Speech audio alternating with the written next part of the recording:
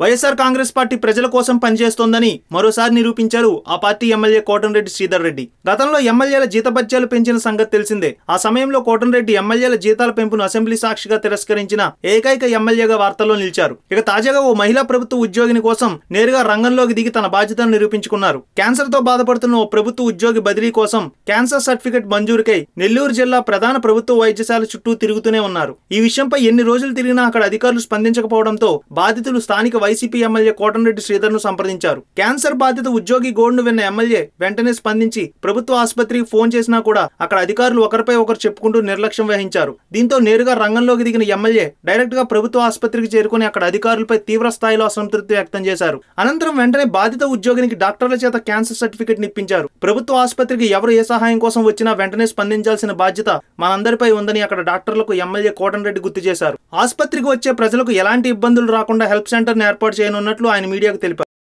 ఈ వీడియో మీకు నచ్చినట్లయితే లైక్ చేయండి, షేర్ చేయండి. మరిన్ని అప్డేట్స్ కోసం మా జనహితం టీవీని సబ్స్క్రైబ్ చేయడం మాత్రం మర్చిపోకండి.